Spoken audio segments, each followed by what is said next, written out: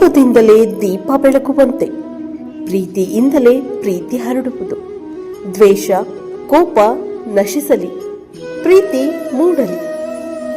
ಸಮಸ್ತ ನಾಡಿನ ಜನತೆಗೆ ದೀಪಾವಳಿ ಹಬ್ಬದ ಹಾರ್ದಿಕ ಶುಭಾಶಯಗಳು.